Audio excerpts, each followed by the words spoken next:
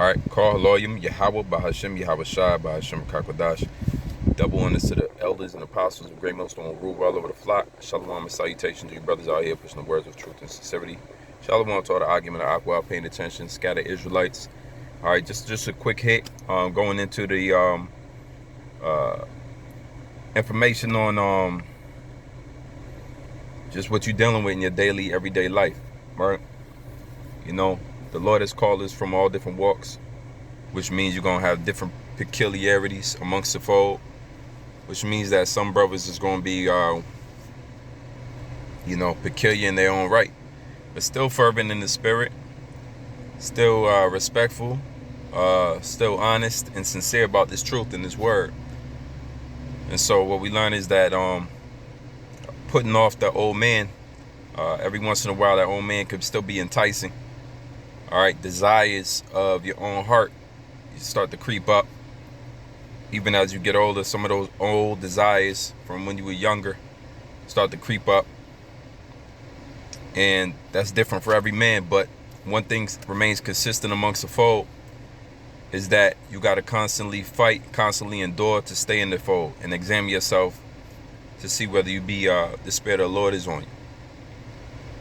Now, I have here ready Galatians 5:16. It says, "This I say then, walk in the Spirit, and ye shall not fulfill the lust of the flesh."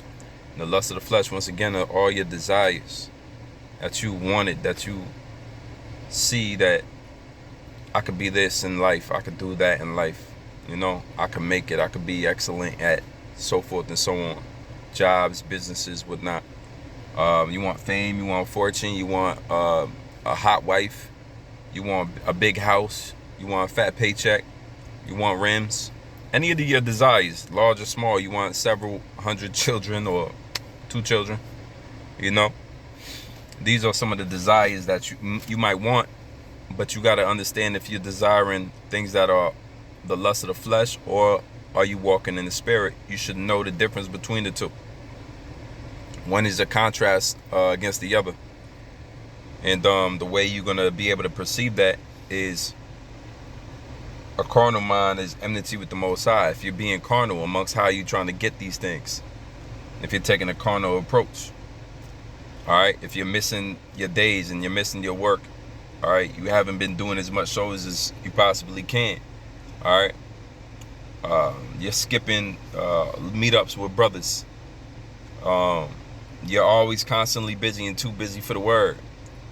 Right, you're slowing down and slacking with concerning spiritual things. These are evidences and signs that you're no more walking in the flesh and you're starting to fulfill the desires of the flesh.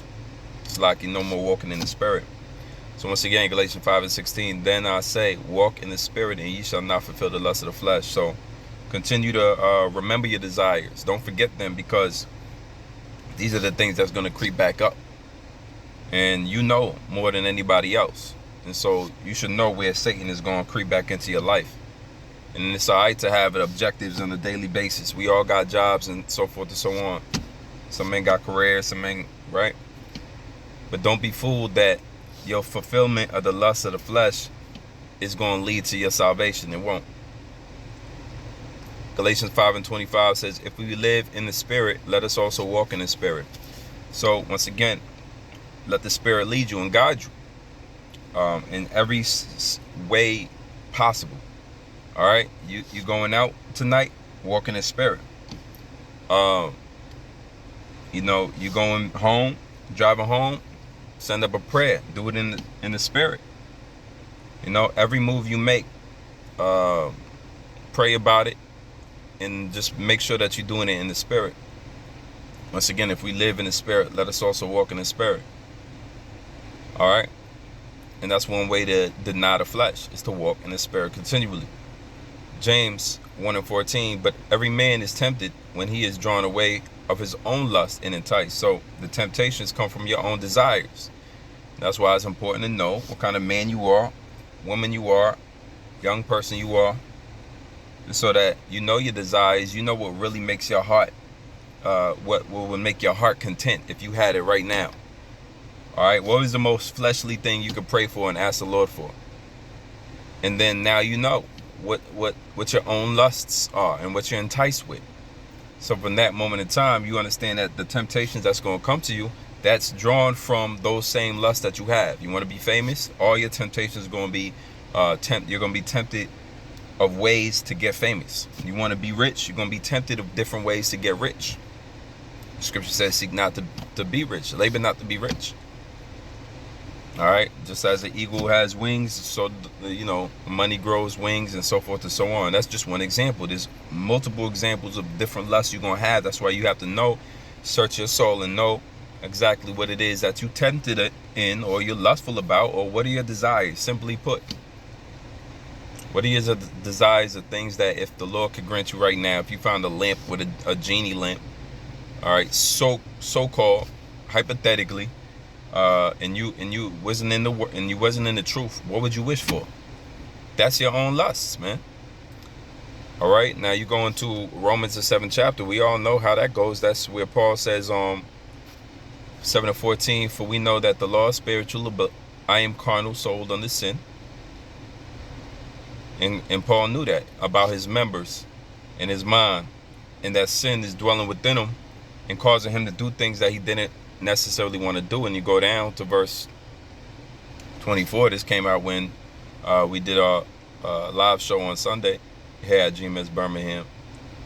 Verse 24, O wretched man that I am, who shall deliver me from the body of this death? So you got to see how, as Paul said, your captivity to the law of sin, which is in your members, which is in his members, our members.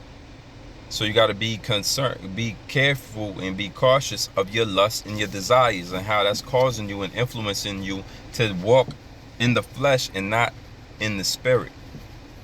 And so once you can fully, you meditate on it, you pray, you ask the Lord to really calm your, calm your desires down and the flesh down, and allow you to walk more into the spirit and stop being enticed by temptation.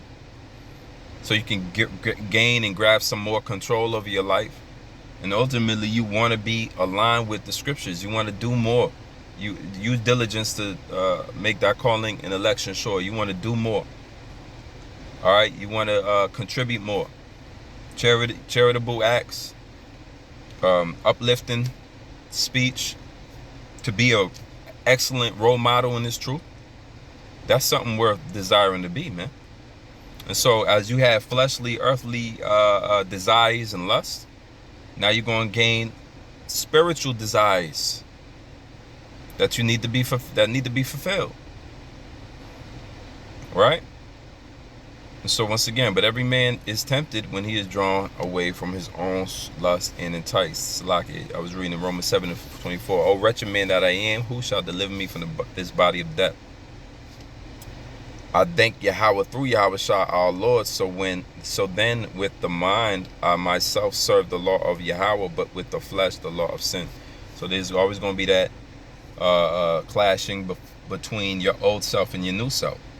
And sin continues to dwell within you, right? Trying to change your mind and make you adapt back into that old mentality of serving the flesh. And Lord willing, you stay out of that mind frame and you walk after the spirit. After everything you do it in the spirit. Yahweh Shah, which leads to life. Lord willing, this video was edifying. Until next time, shalom.